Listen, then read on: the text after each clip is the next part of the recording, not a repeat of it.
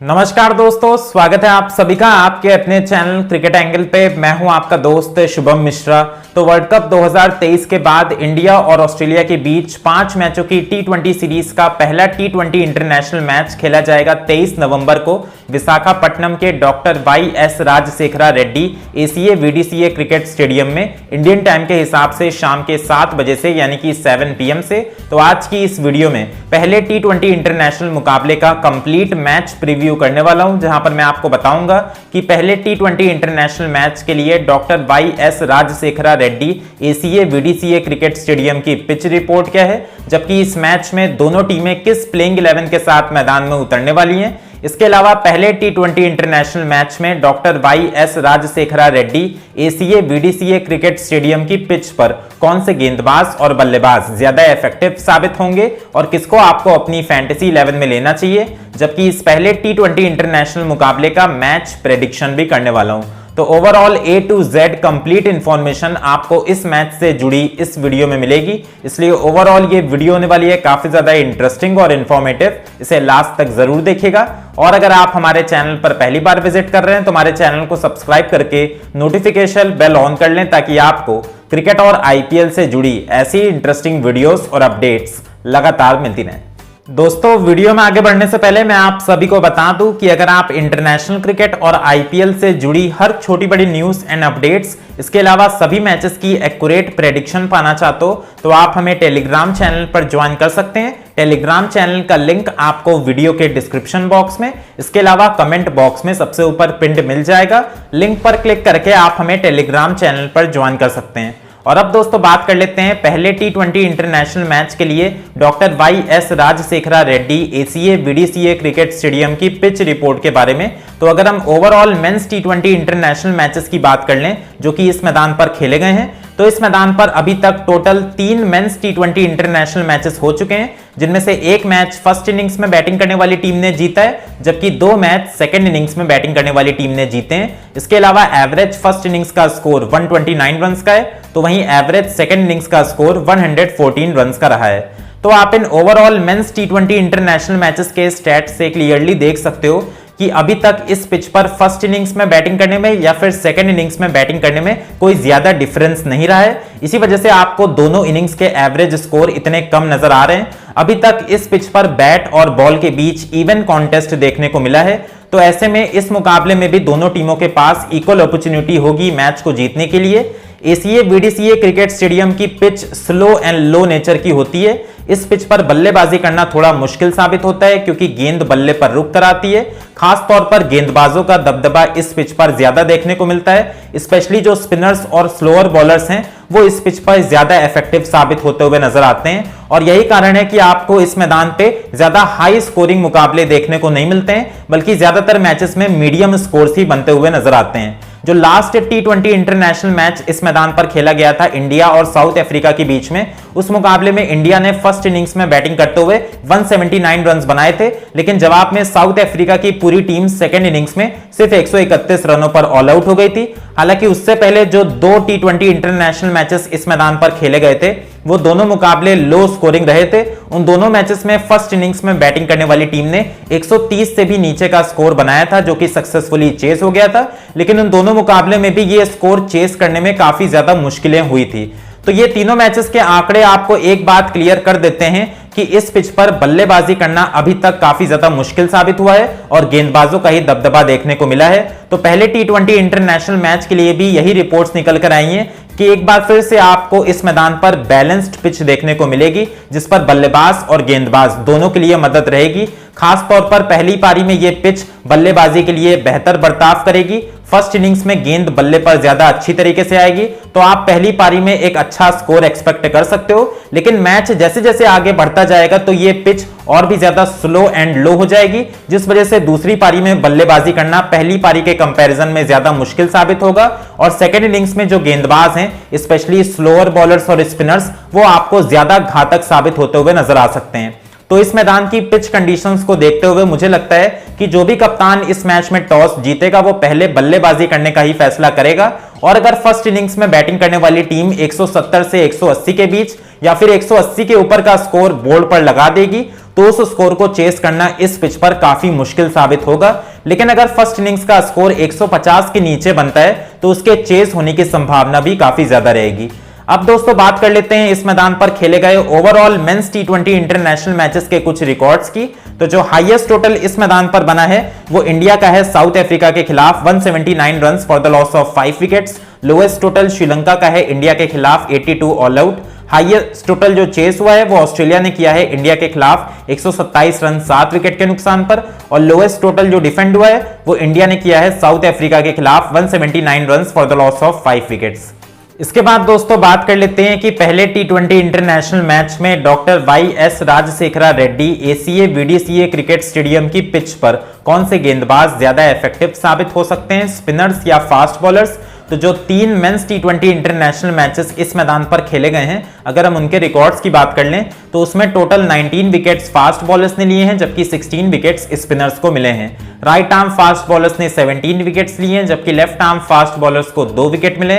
Right arm off spinners ने 6 wicket लिए हैं। इसके अलावा राइट आर्म लेग स्पिनर्स और लेफ्ट आर्म स्पिनर्स को 5-5 विकेट्स मिले हैं। तो आप इन ओवरऑल मेंस टी20 इंटरनेशनल मैचेस के स्टैट से क्लियरली देख सकते हो कि अभी तक इस पिच से फास्ट बॉलर्स और स्पिनर्स दोनों को मदद मिल रही है। इसी वजह से दोनों तरीकों के गेंदबाजों ने लगभग इक्वल नंबर ऑफ विकेट्स चटकाए हैं। खास तौर पर जो शुरुआती 6 ओवर्स होते हैं दोनों पारियों के, यानी कि पावर प्ले ओवर्स, उसमें तेज गेंदबाजों को ज्यादा मदद मिलती है। उनकी गेंद हवा में स्विंग भी करती है जबकि उनको पिच से सीम मूवमेंट भी मिलता है। इसी वजह से वो आपको दोनों पारियों के पावर प्ले ओवर्स में 2 या 3 विकेट चटकाते हुए नजर आते हैं। लेकिन इसके बाद मैच जैसे जैसे आगे बढ़ता जाता है तो ये पिच स्लो होने के साथ साथ और भी ज्यादा लो हो जाती है, जिसके कारण इस पिच पर वो तेज गेंदबाज भी इफेक्टिव साबित होते हैं जो अपनी गति में मिश्रण करते हैं, वेरिएशंस का इस्तेमाल करते हैं, यानी कि स्लोअर डिलीवरीज और ऑफ कटर्स फेंकते हैं। तो इस मैच में भी जो वेरिएशंस वाले तेज गेंदबाज हैं वो आपको मिडिल ओवर्स में काफी विकेट चटकाते हुए नजर आ सकते हैं। इसके अलावा पिच की स्लोनेस और लो बाउंस की वजह से मिडिल ओवर्स में स्पिनर्स को भी काफी ज्यादा ग्रिप और टर्न मिलेगी। तो स्पिनर्स भी आपको दोनों पारियों के मिडिल ओवर्स में काफी विकेट चटकाते हुए नजर आएंगे। ऑस्ट्रेलिया हो या फिर इंडिया, दोनों टीमों के पास इस मैच में कुछ क्वालिटी स्पिनर्स मौजूद होंगे जो कि एक बार फिर से काफी बड़ा रोल प्ले कर सकते हैं। तो ओवरऑल मुझे लगता है कि इस मैच में तेज गेंदबाज हो या फिर स्पिनर्स, दोनों ही इस पिच पर इफेक्टिव साबित होंगे। और ऐसे में मेरा आपके लिए सजेशन यही रहेगा कि अगर आप फैंटेसी 11 बना रहे हैं तो आपको अपनी प्लेइंग 11 में फास्ट बॉलर्स और स्पिनर्स दोनों को इंक्लूड करना चाहिए और आप 3-2 के कॉम्बिनेशन के साथ जा सकते हो, जहां पर आप 3 फास्ट बॉलर्स और 2 स्पिनर्स को अपनी फैंटेसी 11 में रख सकते हो। 2 स्पिनर्स में आप एक राइट आर्म लेग स्पिनर और एक राइट आर्म ऑफ स्पिनर के साथ जा सकते हो। और अब दोस्तों बात कर लेते हैं पहले टी20 इंटरनेशनल मैच के लिए दोनों टीमों की एक्यूरेट प्रेडिक्टेड प्लेइंग 11 के बारे में। तो अगर हम सबसे पहले इंडियन टीम की प्रेडिक्टेड प्लेइंग 11 के बारे में बात कर लें तो आपको इंडियन टीम की प्लेइंग 11 कुछ इस प्रकार की नजर आ सकती है। ओपनिंग करते हुए नजर आएंगे यशस्वी जायसवाल के साथ vice captain Ruturaj Gaikwad. Number 3 पर आ सकते हैं captain Suryakumar Yadav. Number 4 पर तिलक वर्मा। नंबर 5 पर विकेटकीपर बल्लेबाज ईशान किशन। नंबर 6 पर रिंकू सिंह। नंबर 7 पर अक्षर पटेल या फिर वॉशिंगटन सुंदर में से कोई एक खेलेगा। नंबर 8 पर रवि बिश्नोई। नंबर 9 पर प्रसिद्ध कृष्णा। नंबर 10 पर अर्शदीप सिंह और नंबर 11 पर मुकेश कुमार आ सकते हैं। अब दोस्तों बात कर लेते हैं ऑस्ट्रेलिया की प्रेडिक्टेड प्लेइंग 11 के बारे में। तो आपको ऑस्ट्रेलिया की प्लेइंग 11 कुछ इस प्रकार की नजर आ सकती है। ओपनिंग करते हुए नजर आएंगे स्टीवन स्मिथ के साथ मैथ्यू शॉर्ट। नंबर 3 पर आ सकते हैं एरन हार्डी। नंबर 4 पर जॉश इंग्लिश। नंबर 5 पर मार्कस स्टोइनिस। नंबर 6 पर टिम डेविड। नंबर 7 पर कैप्टन और विकेटकीपर बल्लेबाज मैथ्यू वेड। नंबर 8 पर सीन एबट। नंबर 9 पर नेथन एलिस। नंबर 10 पर जेसन बेरेंड्रॉफ और नंबर 11 पर तनवीर सांगा आ सकते हैं। इसके बाद दोस्तों बात कर लेते हैं पहले टी20 इंटरनेशनल मुकाबले की मैच प्रेडिक्शन के बारे में। तो अगर हम सबसे पहले overall head to head record की बात कर लें तो इंडिया और ऑस्ट्रेलिया के बीच क्रिकेट के इतिहास में अभी तक टोटल 26 टी20 इंटरनेशनल मैचेस हो चुके हैं, जिसमें से इंडिया ने 15 मैचेस जीते हैं जबकि ऑस्ट्रेलिया ने 10 मैचेस जीते हैं और एक मैच नो रिजल्ट रहा था। तो overall head to head record में इंडियन टीम का पलड़ा थोड़ा सा भारी नजर आ रहा है। इसके अलावा जो last 5 T20 international matches in दोनों टीमों के बीच खेले गए हैं उसमें से 3 मैच इंडिया ने जीते हैं जबकि 2 मैच ऑस्ट्रेलिया की टीम ने जीते हैं। तो हाल फिलहाल में भी इंडियन टीम को ऑस्ट्रेलिया के खिलाफ थोड़ा सा एज हासिल है। अब दोस्तों बात कर लेते हैं इस मैदान पर दोनों टीमों की परफॉर्मेंस की। तो इंडियन टीम ने अभी तक इस मैदान पर टोटल 3 T20 इंटरनेशनल मैचेस खेले हैं, जिसमें से 2 मुकाबले जीते हैं, जबकि एक मैच में हार का सामना करना पड़ा है। तो वहीं पर ऑस्ट्रेलिया की टीम ने इस मैदान पर सिर्फ एक T20 इंटरनेशनल मैच खेला है, वो भी इंडिया के खिलाफ, और उस मुकाबले में जीत हासिल करी थी। अब दोस्तों बात कर लेते हैं दोनों टीमों की रीसेंट फॉर्म के बारे में। तो इंडियन टीम ने जो लास्ट 5 T20 इंटरनेशनल मैचेस खेले हैं उसमें से 4 मुकाबले जीते हैं, जबकि एक मैच में हार का सामना करना पड़ा है। दूसरी तरफ ऑस्ट्रेलिया की टीम ने जो लास्ट 5 T20 इंटरनेशनल मैचेस खेले हैं सभी मुकाबलों में जीत हासिल करी है। और अब दोस्तों बात कर लेते हैं पहले T20 इंटरनेशनल मैच के लिए दोनों टीमों की तरफ से की प्लेयर्स की, जो कि इस मैच में अच्छा प्रदर्शन कर सकते हैं और आप इन्हें अपनी फैंटेसी 11 में कैप्टन या वाइस कैप्टन भी बना सकते हो। तो अगर हम सबसे पहले बैटर्स की बात कर लें तो इंडियन टीम की तरफ से आप यशस्वी जायसवाल के साथ जा सकते हो। पिछले 8 मैचेस में 232 रन बनाए हैं 38 के एवरेज और 161 के स्ट्राइक रेट के साथ। इसके अलावा आप तिलक वर्मा को भी फैंटेसी 11 में रख सकते हो। पिछले 10 मैचेस में 231 रन बनाए हैं 38 के एवरेज और 142 के स्ट्राइक रेट के साथ। इसके अलावा आप कैप्टन सूर्य कुमार यादव के साथ भी जा सकते हो, जो कि T20 इंटरनेशनल रैंकिंग्स में नंबर 1 बल्लेबाज हैं और इस फॉर्मेट में बेहतरीन फॉर्म में भी चल रहे हैं। दूसरी तरफ आप ऑस्ट्रेलिया की तरफ से शानदार ऑलराउंडर मार्कस स्टोइनिस के साथ जा सकते हो। पिछले 10 मैचेस में 234 रन बनाए हैं 39 के एवरेज और 167 के स्ट्राइक रेट के साथ। इसके अलावा ये राइट आर्म मीडियम फास्ट गेंदबाजी से विकेट चटका के भी दे सकते हैं, जबकि आप ग्लेन मैक्सवेल को भी फैंटेसी 11 में रख सकते हो। पिछले 6 मैचेस में 134 रन बनाए हैं 26 के एवरेज और 144 के स्ट्राइक रेट के साथ। लेकिन अगर ये मुकाबला नहीं खेलते हैं और इनको रेस्ट दिया जाता है तो इनकी जगह पर आप मैथ्यू शॉर्ट के साथ जा सकते हो, जो कि एक विस्फोटक ओपनिंग बल्लेबाज माने जाते हैं। अब दोस्तों बात कर लेते हैं बॉलर्स की। तो अगर हम सबसे पहले इंडियन टीम के बॉलर्स की बात कर लें तो यहां से आप left arm fast bowler Arshdeep Singh के साथ जा सकते हो। पिछले 10 मैचेस में 13 विकेट्स लिए हैं 8 की इकॉनमी और 16 के स्ट्राइक रेट के साथ। इसके अलावा आप right arm leg spinner Ravi Bishnoi को भी फैंटेसी 11 में रख सकते हो। पिछले 6 मैचेस में 9 विकेट्स ले चुके हैं 6 की इकॉनमी और 16 के स्ट्राइक रेट के साथ। दूसरी तरफ आप ऑस्ट्रेलिया की तरफ से right arm leg spinner Tanveer Sangha के साथ जा सकते हो। इस पिच पर स्पिनर्स को काफी मदद मिलेगी, तो ऐसे में तनवीर सांगा इफेक्टिव साबित हो सकते हैं।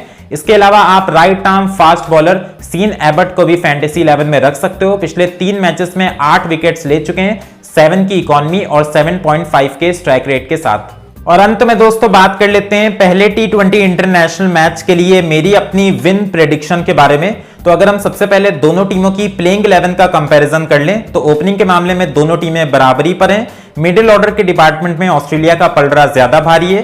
बैटिंग के डेप्थ के मामले में भी दोनों टीमें बराबरी पर नजर आ रही हैं, जबकि पेस बॉलिंग डिपार्टमेंट में भी ऑस्ट्रेलिया की टीम ज्यादा मजबूत है, लेकिन स्पिन बॉलिंग डिपार्टमेंट में इंडियन टीम का पलड़ा भारी नजर आ रहा है। तो इस समय अगर आप दोनों टीमों की प्लेइंग 11 का कंपैरिजन करोगे तो दोनों टीमों की प्लेइंग 11 में ज्यादा डिफरेंस देखने को नहीं मिलेगा। कहीं पर इंडियन टीम ज्यादा स्ट्रांग है तो कहीं पर ऑस्ट्रेलियन टीम का पलड़ा भारी नजर आ रहा है। लेकिन इस ऑस्ट्रेलियन टीम के पास इंडियन टीम के कंपैरिजन में काफी ज्यादा एक्सपीरियंस मौजूद है, क्योंकि इस ऑस्ट्रेलियन टीम में ज्यादातर खिलाड़ी वही हैं जो कि वर्ल्ड कप 2023 की विनिंग टीम का हिस्सा थे, तो उनके पास इस समय विनिंग मोमेंटम और कॉन्फिडेंस भी काफी ज्यादा है। दूसरी तरफ इस इंडियन टीम के ज्यादातर खिलाड़ी एशियन गेम्स 2023 में भी टीम इंडिया का हिस्सा थे, जिन्होंने अंत में जाकर गोल्ड मेडल जीता था। तो इस यंग टीम के पास भी विनिंग मोमेंटम है, लेकिन टीम इंडिया के सामने ऑस्ट्रेलिया की वो टीम होगी जिसके पास बहुत ज्यादा बड़े खिलाड़ी भी हैं, जबकि उनके पास अनुभव भी काफी ज्यादा है। तो भारतीय टीम के सामने कड़ी चुनौती होने वाली है। अगर आप मैन टू मैन कंपैरिजन करोगे तो मुझे लगता है कि उस हिसाब से इस मुकाबले में ऑस्ट्रेलिया की टीम काफी फेवरेट्स दिखाई दे रही है। लेकिन हमें यह बात भी ध्यान रखनी होगी कि ये T20 सीरीज इंडिया में खेली जा रही है और हम सब जानते हैं कि फॉर्मेट कोई भी हो, बायलैटरल सीरीज में इंडिया को इंडिया में हराना काफी ज्यादा मुश्किल होता है। भले ही भारतीय टीम के पास ज्यादा अनुभव मौजूद नहीं है, लेकिन जितने भी खिलाड़ी इस T20 सीरीज के लिए चुने गए हैं उनके पास पोटेंशियल काफी ज्यादा है। और ऐसे में मुझे लगता है कि अगर ऑस्ट्रेलिया की टीम इंडिया को हल्के में लेने की गलती करती है तो वो उनको भारी पड़ सकती है। मुझे लगता है कि फेवरेट्स इस मुकाबले के लिए ऑस्ट्रेलिया की टीम जरूर नजर आ रही है, लेकिन इस मैच में टीम इंडिया अपने शानदार प्रदर्शन से ऑस्ट्रेलिया को सरप्राइज कर सकता है। और ऐसे में इस पहले T20 मैच के लिए मेरी विन प्रेडिक्शन टीम इंडिया के साथ ही जाने वाली है। सो फ्रेंड्स, ये तो बात हो गई मेरी अपनी विन प्रेडिक्शन की। आपको क्या लगता है किस टीम की प्लेइंग 11 ज्यादा स्ट्रांग नजर आ रही है और आपके हिसाब से कौन सी टीम ये पहला T20 इंटरनेशनल मैच जीतेगी, इंडिया या फिर ऑस्ट्रेलिया? आप अपनी राय कमेंट बॉक्स में दे सकते हैं। इसके अलावा अगर आपको ये वीडियो पसंद आई हो तो उसे लाइक करें, अपने दोस्तों के साथ शेयर करें और आप हमारे चैनल को जरूर सब्सक्राइब करें। वहीं पर क्रिकेट मैचेस की फैंटेसी प्लेइंग 11 और क्रिकेट से जुड़ी हर छोटी बड़ी न्यूज एंड अपडेट सबसे पहले पाने के लिए आप हमें टेलीग्राम चैनल पर जरूर ज्वाइन कर लें। टेलीग्राम चैनल का लिंक आपको वीडियो के डिस्क्रिप्शन बॉक्स में मिल जाएगा। सो फ्रेंड्स, मिलते हैं आपसे किसी नई और इंटरेस्टिंग वीडियो में। Till then take care, stay safe and good bye.